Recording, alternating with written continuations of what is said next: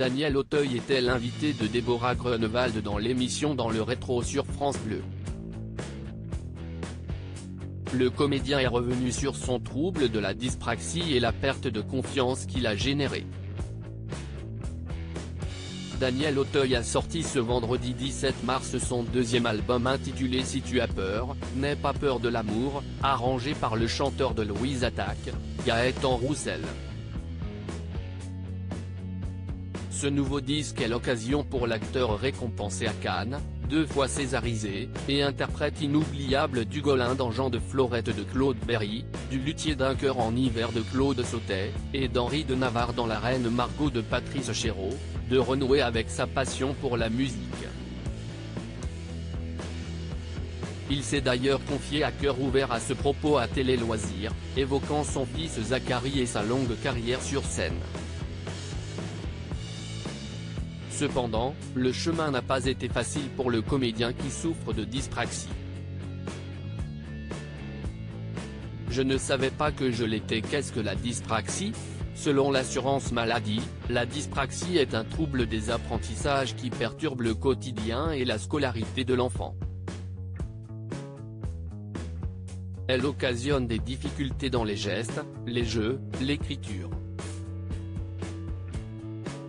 Souvent dépisté à l'école, un bilan médical est établi par une équipe pluridisciplinaire, permettant une approche globale des difficultés.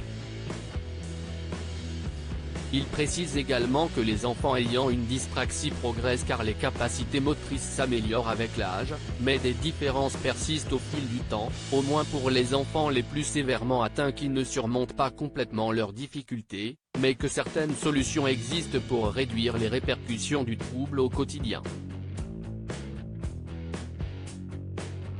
Cependant, Daniel Auteuil n'a pas été diagnostiqué lorsqu'il était enfant et l'a compris bien trop tard grâce à son fils, comme il l'a expliqué à Déborah Grunewald dans l'émission Dans le rétro sur France Bleu. Je pense que je suis un autodidacte de la dyspraxie. Je ne savais pas que je l'étais.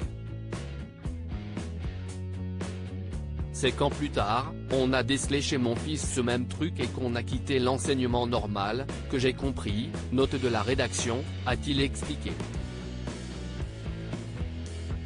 Je pensais que je n'y avais pas le droit. Le comédien a d'ailleurs énormément souffert de ses difficultés d'apprentissage lorsqu'il était lui-même étudiant. On souffre. C'est-à-dire que l'on croit être un crétin. On doit l'être. On perd confiance en soi, a-t-il expliqué. Et on devient, si on est curieux, on devient un autodidacte, mais d'être un autodidacte vous enlève à vie, je pense, une assurance que l'enseignement.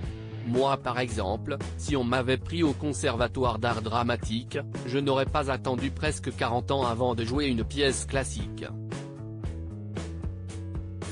Je pensais que je n'y avais pas le droit. Daniel Auteuil regrette de ne pas avoir été diagnostiqué plus tôt, et en même temps, je me suis construit comme ça, a-t-il conclu.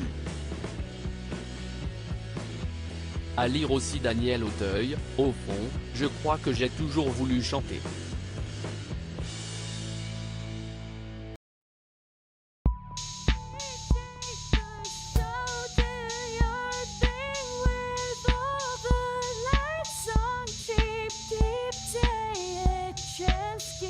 Keep day a chance. You